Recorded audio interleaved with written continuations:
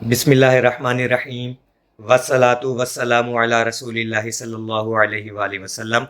لاکھوں کروڑوں درود محمد اور آل محمد پر کہ جن کے صدقے اور وسیلے سے اللہ پاک نے ہم پر اپنی بے پناہ عنایات جاری رکھی ہوئی ہیں۔ معزز سامعین کرام، السلام علیکم۔ آج ہمارے پاس ہمارے پڑوسی ہیں، یہ عبداللہ بھائی ان کا نام ہے، اور یہ ہمارے پاس آئے ہیں۔ ہم نے انہیں درود کا خادم بنانا ہے اور سوشل میڈیا پر درود شریف کی دعوت و تبلیغ انہیں کرنا سکھانا ہے۔ تو آج سے ان کا سبق شروع ہو جائے گا۔ سب سے پہلے ہم ان کا لب و لہجہ چینج کریں گے۔ ابھی آپ ان کا لب و لہجہ دیکھیے گا کہ یہ کس انداز میں بولتے ہیں۔ ہم انہیں ایک کتاب دیں گے، یہ کتاب آپ کو پڑھ کے سنائیں گے، تو دیکھیے گا کہ ان کے لہجے میں کتنی روانگی ہے۔ کیا یہ لہجہ ٹی وی پر، کیمرے پر، یوٹیوب یا ٹک ٹاک پر بولنے والا ہے؟ اور اگر یہ لہجہ ان کا ایسا نہیں ہے تو پھر ان کا لہجہ کیسا ہونا چاہیے؟ تو ان کو ایک کتاب دیتے ہیں۔ مفتی صاحب یہ کتاب دیجیے گا انہیں۔ یہ کتاب کھولے بھائی، اس کو شروع کا پیج کھول لیں۔ ہاں جی، یہ اب اس کو پڑھنا شروع کرے شروع سے۔ ہاں جی۔ ایمان کی حقیقت و تعریف۔ قاضی انصر الدین الیحییٰ الموقف موقف سادس کے مرصد ثالث اور مقصد اول میں ارشاد فرماتے ہیں، ایمان کی حقیقت ہمارے اور اکثر ائمہ جیسا کہ قاضی اور استاذ محمد بن ابراہیم بن مہران الاصفر یعنی الملقب رکن الدین وغیرہ کے نزدیک جناب رسالت مآب صلی اللہ علیہ وآلہ وسلم سے جو چیزیں ہمیں ضرورتاً معلوم ہیں اور جو تفصیلاً معلوم ہے، ان کی تفصیلی انداز میں، اور جو اجمالاً معلوم ہے، ان کی اجمالاً تصدیق کرنا ہے۔ المواقف کے شرح سید شریف الجرجانی فرماتے ہیں، قاضی انصر الدین الیحییٰ نے یہ بات الشیخ ابو الحسن الشاعری کے اتباع میں کی ہے، اور میں سے الثالثی اور الرامدی نے بھی اس سلسلے میں ان کی موافقت کی ہے۔ قاضی انصر الدین الیحییٰ۔ اچھا ٹھیک ہے، بس۔ اچھا، اب بچہ جو پڑھ رہا تھا نا، یہ پڑھ رہا ہے اسکول والے انداز میں، جیسے اسکول میں سبق سنایا جاتا ہے کسی استاد کو۔ حالانکہ جب ایک استاد گفتگو کرتا ہے تو وہ اس طرح اٹک اٹک کر نہیں بولتا، یا ایسا کہیں بھی نہیں ہوگا کہ اس کو کوئی لفظ پڑھنا نہ آئے۔ تو لہجے کو تبدیل کرنا بہت ضروری ہے اگر آپ نے کیمرے کے سامنے گفتگو کرنی ہے، خاص کر اسلامک موضوع پر، چونکہ الفاظ بہت مشکل ہوتے ہیں کتابوں میں، بعض کتابوں میں، تو الفاظ کا ذخیرہ آلریڈی آپ کے پاس ہو، اور سیکنڈ یہ کہ آپ کو پڑھنا بھی آنا چاہیے اور بولنا بھی آنا چاہیے۔ تو سب سے پہلے اگر کوئی خادم درود بننا چاہتا ہے اور سوشل میڈیا پر آنا چاہتا ہے تو اس کے لیے یہ ضروری ہے کہ اس کا لب و لہجہ دوسرے کو متاثر کرنے والا ہو۔ آپ کو بولنا نہیں آئے گا، آپ اٹکیں گے، یا آپ کو کوئی لفظ پڑھنا نہیں آئے گا، یا وہ الفاظ جو آپ پڑھ تو رہے ہیں لیکن آپ کو اس کے مطلب کا ہی نہیں پتہ۔ مثلاً ابھی کچھ دیر پہلے اسی کتاب کے ایک لفظ کا انہوں نے میرے سے معنی پوچھا تھا، تو وہ مجھے بھی نہیں معلوم تھا، چونکہ یہ کتاب ہم نے پہلی مرتبہ اوپن کی ہے۔ یہ کتاب مجھے کسی نے گفٹ کی تھی، اور اس کتاب کا نام ہے ایمان ابی طالب۔ تو میں نے اس کو ابھی تک پڑھا نہیں تھا، تو میں نے انہیں کہا اچھا میں پوچھ کر بتاؤں گا۔ تو بات وہی آ گئی، اگر مجھے اس لفظ کا مطلب نہیں پتا تو مجھے وہ لفظ استعمال نہیں کرنا چاہیے، بلکہ اس کا متبادل استعمال کرتے ہیں۔ تو یہی کتاب میں ان سے لیتا ہوں اور میں پڑھ کر دیکھتا ہوں میرا لہجہ کیسا ہوگا بولنے کے لیے، اور ان کا لہجہ تو ویسے ابھی آپ سن ہی رہے ہیں کہ میرا لہجہ بولنے والا کیسا ہے، تقریر کرنے والا، کیمرے میں گفتگو کرنے والا لہجہ کیسا ہے، اور ان کا بھی سن لیا تھا۔ تاہم کوئی واقعہ یا کوئی تحریر یا کوئی مضمون ہم پڑھ کے دیکھتے ہیں کہ کیمرے میں ہم اس کو کس طرح سے یا کس انداز میں معزز سامعین کو سناتے ہیں۔ مفتی صاحب یہ کتاب پکڑیے گا ان سے۔ اس کا کوئی بھی پیج میں کھول لیتا ہوں۔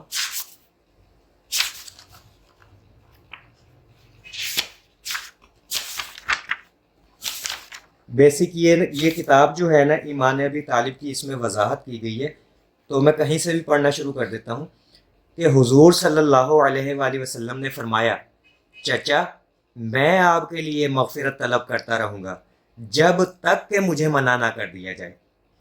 تو مسلمانوں نے کہا بے شک اللہ کے رسول صلی اللہ علیہ وآلہ وسلم نے اپنے چچا کے لیے مغفرت طلب کی ہے تو ہم بھی اپنے آبا کے لیے مغفرت طلب کریں گے. پھر مسلمانوں نے اپنے آبا کے لیے مغفرت طلب کرنا شروع کر دی تو آیت ان مسلمانوں کے حق میں نازل ہوئی جو اپنے مشرک آبا کے لیے استغفار کر رہے تھے. لیکن راوی نے اختصار کرتے ہوئے آخری جملہ حذف کر دیا اور ان روایات کو جمع کرنے سے کچھ امور متعین ہو جاتے ہیں. ان میں سے ایک امر یہ ہے کہ یہ ساری صورت غزوہ تبوک کے بعد نازل ہوئی اور اس صورت کے نزول اور جناب ابو طالب کی وفات کے درمیان 12 سال کا عرصہ ہے. تو دیکھو عبداللہ بھائی میرے پڑھنے میں اور آپ کے پڑھنے میں زمین آسمان کا فرق ہے. آپ نے یہ غور کیا ہوگا کہ بولتے ہوئے کچھ لفظوں کو بہت زیادہ زور کے ساتھ بولا جاتا ہے یعنی ابھارا جاتا ہے, کچھ کو بالکل نرمی کے ساتھ میں پڑھ رہا ہوں اور کچھ کو بالکل دھیمے لہجے میں. یہ ہے انداز خطابت یا یہ یوں کہہ لیں کہ یہ بولنے کا انداز ہے.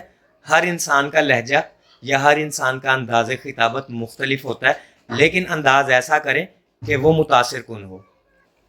تو بیٹا جب آپ نے کیمرے کے سامنے بولنا ہے گفتگو کرنی ہے تو یاد رکھنا کہ آپ نے اسکول والا لہجہ اختیار نہیں کرنا, اٹکنا نہیں ہے. اور مشکل الفاظ اگر آپ کو کوئی چیز مشکل لگ رہی ہو تو اس کو کیمرہ آن کرنے سے پہلے ایک مرتبہ پڑھ لیں تاکہ آپ کو پتہ ہو. اور بات وہی مقصود بھائی والی جو انہوں نے ابھی کی کہ پڑھتے وقت منہ نیچے نہیں رکھنا اپنا, سارا کیمرے کی طرف بھی دیکھنا ہے. یہ باڈی لینگویج جیسا کہ میں نے کل آپ کو جب ہم باہر گئے تھے اور ٹرائی پوڈ کیمرہ آن کر کے ہم نے اور کیپچر کی ساری چیزیں اور پھر میں نے بتایا تھا کہ باڈی لینگویج بہت ضروری ہے. آپ نے کہاں ہاتھ ہلانا ہے, کہاں سر ہلانا ہے, کہاں کرسی ہلانی ہے. ابھی بیٹھے کرسی ہلا رہے ہو یہ نہیں ہلانی, کیمرے کے سامنے ایسا نہیں کرنا. بولنے کا انداز, سمجھانے کا انداز, آپ کے خود کے پڑھنے کا انداز, جب یہ ٹھیک ہو جائے گا پھر آپ یوٹیوب پہ جائیں گے, چینل بنانا سیکھیں گے, اپلوڈنگ کرنا سیکھیں گے, ایڈیٹنگ کرنا سیکھیں گے. اور یہ کوئی مشکل نہیں ہے. ایڈیٹنگ کرنا 5 منٹ کا کام ہے, اپلوڈنگ کرنا 5 منٹ کا کام ہے, چینل بنانا بھی 5 منٹ کا کام ہے. ایک بار بن گیا تو ساری زندگی آپ کو سہولت دے گا. لیکن اس سے پہلے یہ ضروری ہے کہ آپ اپنا نالج گین کریں. درود کے معاملے میں آپ کو پتہ ہونا چاہیے. درود پڑھتے ہو سب سے پہلے تو یہ بات کرتے ہیں کتنا پڑھ لیتے ہو؟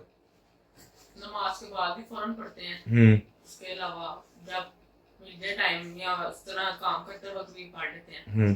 اچھا ایک چیز اور, اگر آپ سے کوئی انٹرویو لے رہا ہے نا تو آپ نے ادھر ادھر آنکھیں نہیں گھمانی, ٹھیک ہے, گردن ادھر ادھر نہیں موڑنی, کیمرے کی طرف دیکھنا ہے.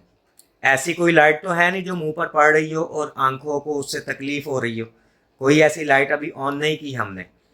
تو کوشش یہ کرنی ہے کہ آپ کو طریقہ آنا چاہیے انٹرویو دینے کا بھی, انٹرویو لینے کا بھی, تقریر کرنے کا بھی, اور لوگوں سے عام طور پر بھی گفتگو کرنے کا.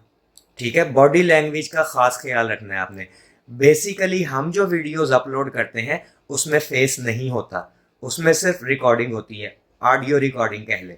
لیکن ہمیں اتنا تجربہ ہے یا ہم نے جو سیکھا, اگر ہمیں کوئی اچانک سے بھی کہہ دینا, جیسا کہ میں نے کل آپ کو کہا تھا مثلاً کہیں پر احتجاج ہو رہا ہو, ٹھیک ہے, اور اچانک سے میں آپ کو کہوں چلو بھائی چلیں وہاں جا کر عوام کا انٹرویو لیتے ہیں, بجلی کے موضوع پر, بجلی کے بلوں پر کہہ لیں, یا کوئی بھی احتجاج ہو رہا ہو, ہم نے جا کے وہاں انٹرویو کرنا ہے. اب آپ مجھے یہ نہیں کہیں گے کہ حافظ بھائی میں نے تو ابھی تیاری نہیں کی, میں نے تو سوال ہی نہیں لکھے ابھی کاغذ پر, میں سوال لکھ کر یاد کروں گا پھر جا کے ان سے پوچھوں گا. ایسا نہیں ہے.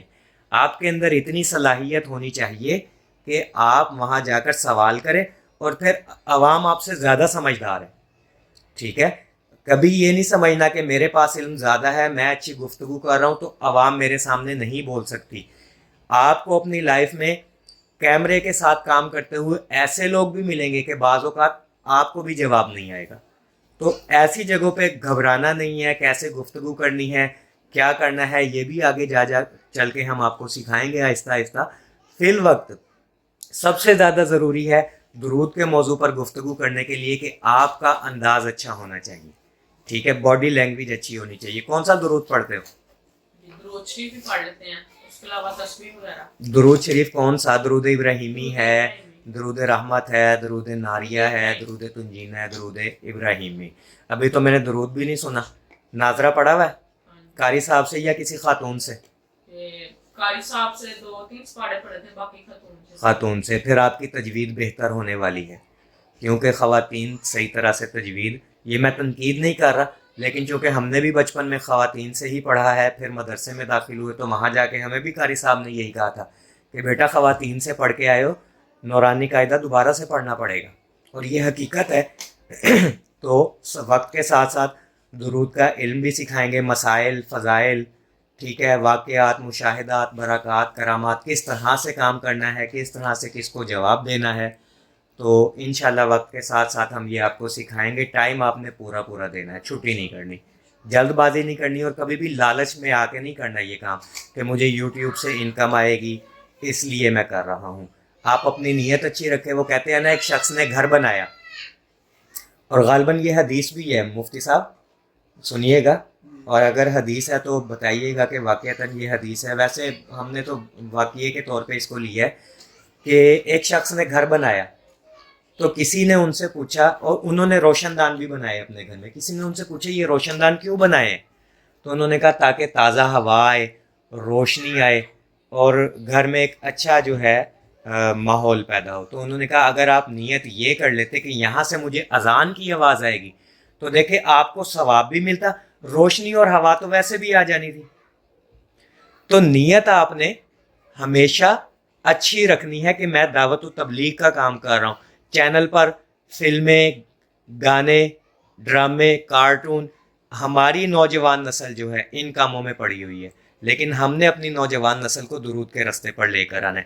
باقی رزق جو آپ کے نصیب میں لکھا ہے نا, وہ آپ کو ملے گا, چاہے وہ یوٹیوب سے ہو, چاہے وہ کسی ویب سائٹ سے ہو, چاہے وہ آپ کوئی چیز سیل کر رہے ہوں. نیت اچھی رکھ لے, ثواب بھی ملے گا اور رزق بھی ملے گا. تو آپ نے کوشش کرنی ہے کہ یہ جو اسلامی ماحول آپ کے لیے ہم کریٹ کر رہے ہیں اس کو ضائع نہیں کرنا, جلد بازی نہیں کرنی کہ مجھے آج ہی یوٹیوب کا سکھا دے. آپ کے پاپا سے میری کل بات ہوئی تھی, میں نے یہی کہا اس کی بیس بنائیں گے, بیس بنے گی, لہجہ ٹھیک ہو گیا, باڈی لینگویج ٹھیک ہو گئی, آگے کے معاملات سارے خود بخود حل ہو جائیں گے. چینل بنانا کوئی مشکل نہیں ہے, ٹھیک ہے, زیادہ سے زیادہ 15 منٹ کا کام ہے, اور ویڈیو اپلوڈ کرنا, ایڈیٹنگ کرنا, یہ بھی کوئی مشکل نہیں ہے. ایک دن میں آ جائے گا, یا 1-2 مرتبہ بتائیں گے آپ کو ویڈیو اپلوڈ کرنی آ جائے گی. لیکن بہتر ہے کہ آپ اپنے آپ میں وہ صلاحیت پیدا کریں کہ جب کیمرے کے سامنے آئیں تو آپ عوام سے مخاطب ہو سکیں, اور صرف عوام سے نہیں, لاکھوں کروڑوں کے مجمع سے مخاطب ہو سکیں. سکول میں ہم ہوتے تھے تو ہماری ٹانگیں کانپتی تھیں جب کہیں تقریر کرنے جاتے تھے, لیکن جب ہم نے آہستہ آہستہ ہمارا جو کانفیڈنس ہے وہ بڑھا اور ہم نے اس چیز کو سیکھا, تو اب بغیر تیاری کیے لاکھوں کروڑوں کا بھی مجمع ہو تو ہمیں کوئی فرق نہیں پڑتا, ہم بولتے ہی چلے جاتے ہیں. اور خاص طور پہ درود کا موضوع تو ایسا ہے, جب اس پہ گفتگو شروع کریں تو ہمیں جان بوجھ کے ختم کرنی پڑتی ہے کہ عوام تھک جائے گی, اکتا جائے گی, تو اس لیے ہم اس کو فٹافٹ کلوز کر دیتے ہیں. تو آپ نے یہ چیزیں سیکھنی ہے, انشاءاللہ آگے چل کر آپ کے بھی کام آئیں گی اور آپ کی نسلوں کے بھی کام آئیں گی. اور عوام سے گزارش ہے, بچے کے لیے خصوصی طور پہ دعا کریں کہ یہ اس کام میں دلچسپی لے, اس کو سیکھے, اس کو سمجھے, اور آگے اس کو پھیلانے کی کوشش کرے. ہماری یہ نوجوان نسل ہی اس رستے پر آئے گی. وہ کہتے ہیں نا کہ ہم نے کتابوں میں پڑھا یا بزرگوں سے سنا, پیش گوئی ہے یہ کوئی حتماً فیصلہ نہیں ہے, یہ کوئی حتماً حدیث نہیں ہے, اس لیے اس کو اتنا ایشو بنانے کی ضرورت نہیں ہے. سنا ہم نے یہ ہے کہ 2024 کا آخر یا 2025 کا شروع دجال کا دور ہے, تو ہم نے 2024 کو دجال کا نہیں بلکہ درود کا دور بنانا ہے, درود کا سال بنانا ہے, نوجوان نسل کو تیار کرنا ہے تاکہ دجال کے فتنے سے محفوظ رہے. دعا گو ہوں کہ اللہ پاک ہم سب کو کثرت سے درود شریف پڑھنے, پڑھوانے, لکھنے, لکھوانے اور اس کی اشاعت و تبلیغ کرنے والا بنائے. صلی اللہ علی محمد, صلی اللہ علی محمد, صلی اللہ علی محمد. السلام علیکم.